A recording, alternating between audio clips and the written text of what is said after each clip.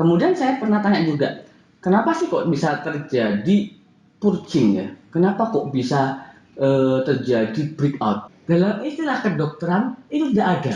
Jadi intinya itu hanya sekedar tepak-tepakan. Bismillahirrahmanirrahim, Pak tepak untung. Halo teman-teman, ketemu lagi dengan Dr. Grand, channel Grandly. Bagaimana teman-teman? Semuanya pada sehat semua ya? Gak boleh ada yang sakit, apalagi terkena COVID. Karena Dr. Grand selalu memberikan informasi-informasi terbaru buat kalian semuanya. Oke, kali ini yang mungkin Dr. Grand mau membahas sedikit agak kontroversi lagi ya.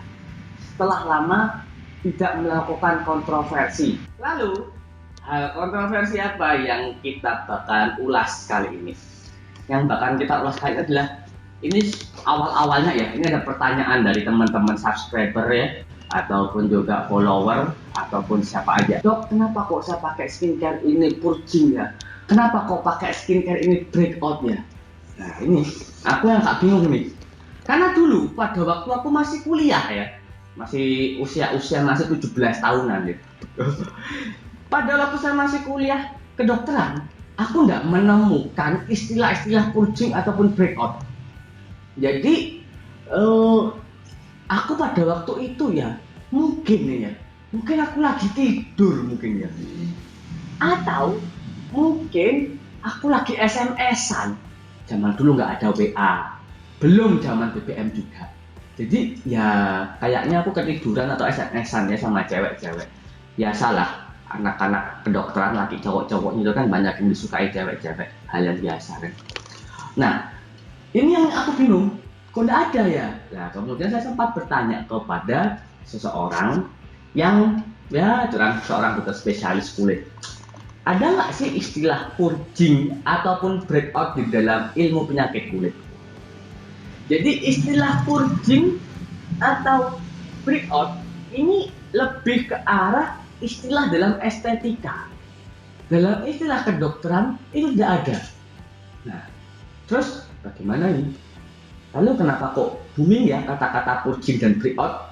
Oke, sebelum kita lanjut lagi, kita lihat dulu ya anatomi kulit. Kalau kita lihat ya, kulit ini ada lapisan epidermis, dermis, dan fat atau lemak. Nah, lapisan epidermis ini masih dibagi lagi. Dibagi menjadi beberapa stratum. Ada stratum corneum, ada stratum lucidum, ada stratum granulosum, stratum spinosum, dan stratum basal.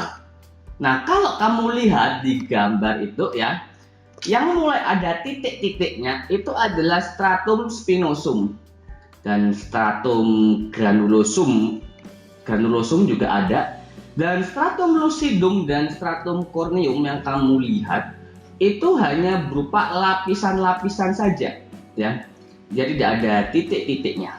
Berarti kalau kita melihat dari pelajaran waktu kita masih SMA atau SMP tentang sel, maka sel itu hidup jika ada sel intinya atau nukleus yang berupa titik-titik. Sedangkan kamu lihat di sini stratum corneum dan stratum lucidum itu tidak ada inti selnya alias nukleusnya. Jadi setelah kita mempelajari beberapa lapisan kulit ini ya, dari lapisan epidermis atau lapisan kulit paling luar yang terdiri dari beberapa stratum tersebut, maka kita bisa berpikiran bahwa ketika kita membuang sel kulit yang mati, sebenarnya adalah kita membuang stratum corneum dan stratum lucidum. Karena memang stratum corneum dan stratum lucidum ini kan sel yang mati, yang tidak ada inti selnya. Nah, ini yang bikin saya bertanya-tanya. Kemudian saya pernah tanya juga, kenapa sih kok bisa terjadi purging ya? Kenapa kok bisa terjadi breakout? Ketika suatu skincare mengandung bahan aktif berupa retinoid, ya sekali lagi retinoid, dan bahan-bahan exfoliate, ya retinoid itu bahan-bahan exfoliate ya, itu dia bisa mengangkat secara paksa stratum corneumnya, bahkan bisa sampai stratum lucidumnya, diangkat secara paksa. Jadi dia membersihkan sel kulit tersebut. Nah, akhirnya apa? Lapisan kulit kita akan semakin tipis. Tidak ada yang memayungi ataupun yang menahan dari lingkungan sekitar. Jadi, kalau kita ngomongin tentang purging, maka adalah mulai terkikisnya stratum corneum. Bukan sel kulit mati. Karena ya memang ini selnya ini bukan sel yang hidup karena tidak ada nukleusnya. Ya, ini lapisan keratin. Lalu ya kalau saya bilang ini purging ya, oke, kalau purging kita ambil dari kata purge yang berarti membersihkan, kok ya nggak sesuai ya? Karena kalau membersihkan dari yang kotor menjadi bersih, dari yang abnormal menjadi normal. Nah, sedangkan purging menurut istilah estetika ini adalah mengangkat stratum corneumnya. Berarti dibikin abnormal dong, dari normal jadi abnormal, yang artinya adalah merusak kulit secara normalnya.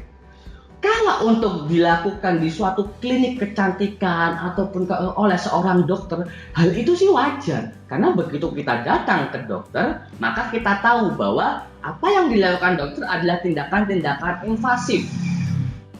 Dan diperbolehkan memang, jangankan merusak kulit, ngedel-ngedel orang lo juga diperbolehkan kan dokter. Nah, tetapi harus seorang dokter. Nah, dari beberapa zat-zat yang bikin mengangkat atau exfoliate itu, yang bikin purging, selain itu ada bahan-bahan asid atau ya kamu kok lihat di komposisi banyak acid-acid-acidnya itu juga bisa bikin purging ataupun bikin breakout. Nah, breakout ini adalah iritasi. Iritasi ini macam-macam. Jadi bisa karena iritasinya itu karena bisa bentukan buntusan, bisa bentuk akne, bahkan bisa sampai ke bentuk hiperpigmentasi. Itu adalah reaksi iritasi atau peradangan. Jadi sebenarnya istilah yang paling tepat menurut saya sih bukan purging ya, tetapi pemerkosaan. Mengapa pemerkosaan? Karena dari normal menjadi abnormal, ya, atau dilukai. Nah, kalau ke seorang dokter, pasti dokternya akan bilang ini nanti akan diangkat, dibersihkan. Cuma mungkin untuk memperhalus aja ya, menggunakan kata-kata purging. Tetapi kalau secara logika itu adalah mengangkat sel stratum corneumnya. Jadi ya istilahnya kamu pengamanmu dibuka. Jadi apa yang terjadi kalau misalnya pengamanmu dibuka? Ya pantes. Kalau purging nanti dia akan bagus lagi. Ya wajar. Stratum corneumnya habis, tinggal lucidum granulosum, bahkan stratum lucidumnya pun juga habis, tinggal stratum granulosum. Ya kelihatan putih, wajar. Kalau misalnya kebacut, wah, jadilah breakout. Wah, ya wes terjadi proses peradangan. Jadi intinya ini hanya sekedar tepak-tepakan. Bismillahirrahmanirrahim, Pak tepak untung. Begitu. Tetapi kalau sama seorang dokter ketahuan, oh ini nanti ketika dia sudah seperti ini terjadi proses iritasi, ya kita memberi tambahan bahan-bahan lain ke dalam skincare atau kosmetiknya. Itulah fungsinya kontrol ketika kamu datang ke dokter. Jangan mulai takut bayar lagi, takut bayar jasanya, akhirnya nggak kontrol. Itu yang salah. Oke, jadi hati-hati ya pada cocok-cocok para bakul-bakul skincare yang nggak jelas. Hati-hati pada kata-kata purging atau breakout. Yang lebih tepat itu adalah pemerkosaan kulit. Kalau kamu setuju, ya nggak apa-apa. Kalau kamu nggak setuju, namanya diperkosa, ya nggak setuju dong. Mana ada orang diperkosa, ya aku perkosaan nih. Kan nggak mungkin. Oke, pasti kali ini bakalan banyak yang menghujat atau dislike karena saya membuka ya hal-hal yang sensitif di dunia skincare. Tapi ini pandangan saya dari seorang dokter. Saya seorang dokter umum, saya nggak tahu lebih dalam, makanya saya membuka. Nah, begitu. Kalau misalnya ada masalah, ya silahkan. Oke, cukup sekian dulu. Kamu mau subscribe, oke, mau dislike, mau apapun hak. Aku rapat peduli. Yang penting aku berusaha memberikan informasi-informasi terbaru terupdate buat kalian semua. Kita ketemu lagi di video selanjutnya. Bye-bye.